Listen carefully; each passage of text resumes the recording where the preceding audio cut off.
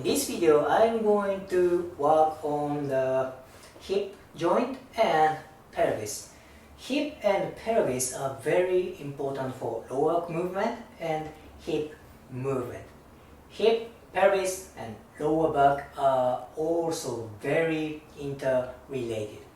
I will check his mobility, hip mobility. I think his lateral side of hip is a little bit tight, especially area around greater trochanter.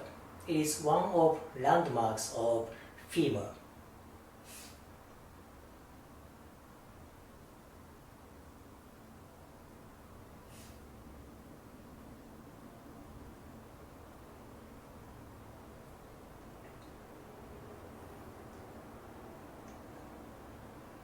I am giving him a myofascial release.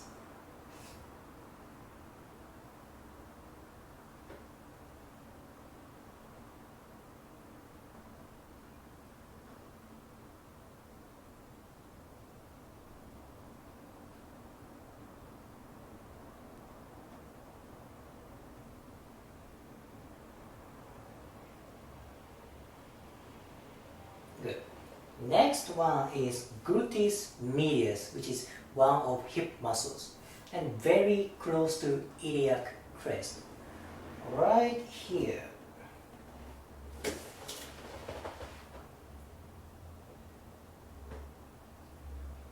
You know, gluteus medius is very important for both hip movement and stability.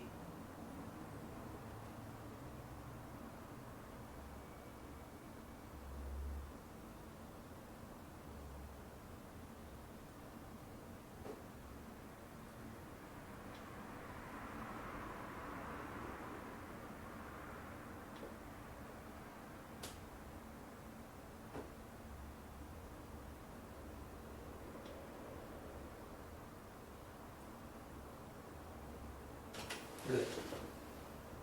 Next one is tensor fascia lata. This is also hip muscle.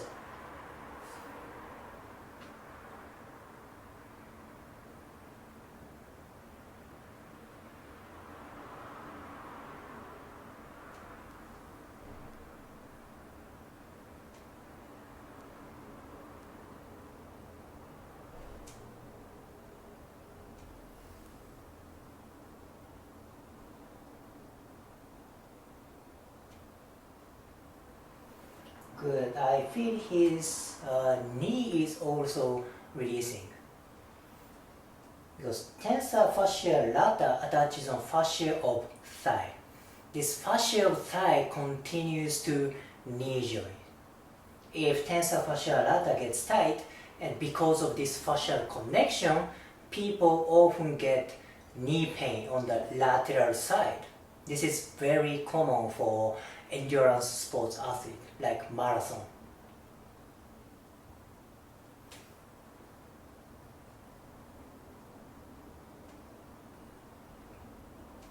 Good. Let's check movement. Nicely done. I feel his hip, pelvis, and lower back are moving together. Nice. Now I work on the back side. It's hard to see, my right fingers are on quadratus lumborum. Quadratus lumborum attaches on lumbar spine, 12th rib, and pelvis. It sounds very interesting, right? When quadratus lumborum gets tight, it can create lower back pain. This is very key muscle for tight lower back and lower back pain.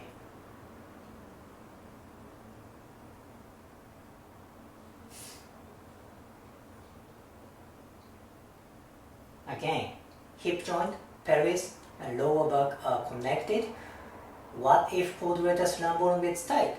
It can inhibit hip movement because of this connection.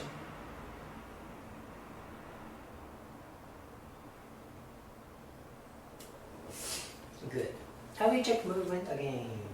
Nice. I just work on quadratus lumborum, which is lower back muscle, and his range of motion has changed. Now I'm gonna work on the lateral side of the thigh, iliotibial band.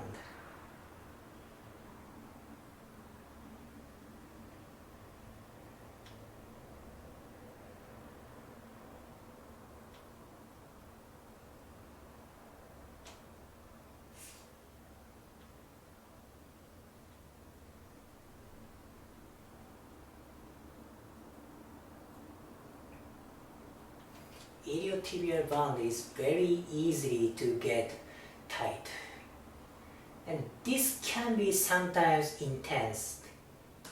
It's kind of tender point.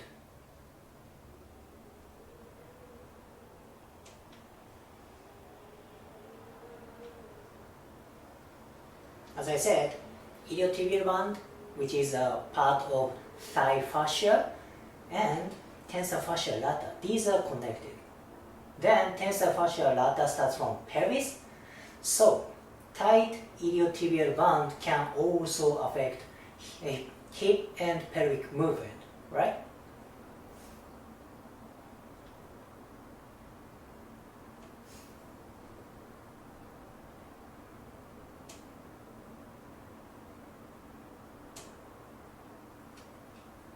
Good.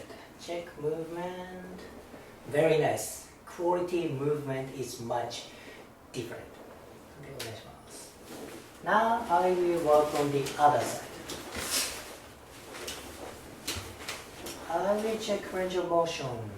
It's kind of hard to see from this angle, but this side is tighter than other side. Of course, I worked on this side before, but still comparison. I'm going to work on here.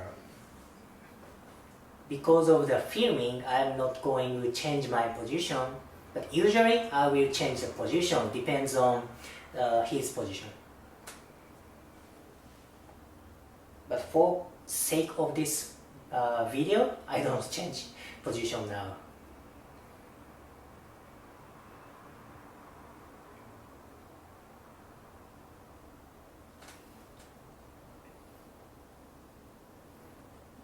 I am working on the gluteus medius, especially greater trochanter area. Good.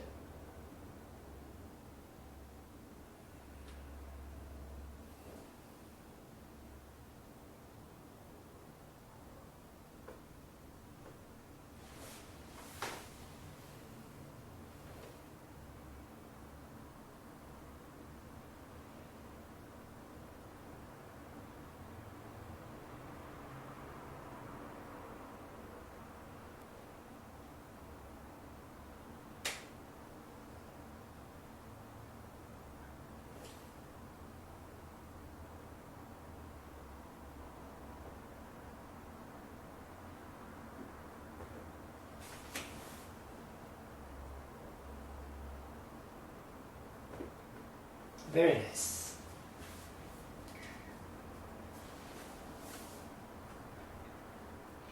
The next one is also gluteus medius, but more on the lateral side. I was working on a little bit posterior side before, now on the lateral side.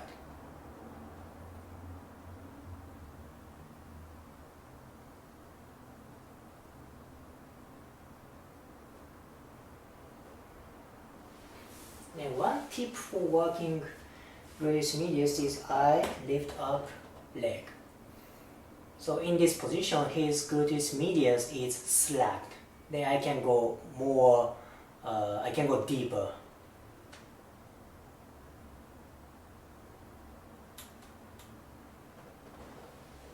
Good. And iliotibial band.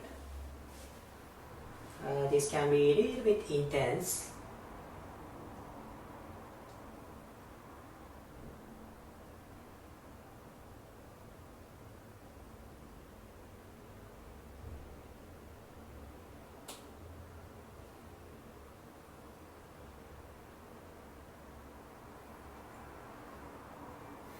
because iliotibial band is the thickest part of the fascia of the thigh, if iliotibial band is released, it can affect whole part of the thigh.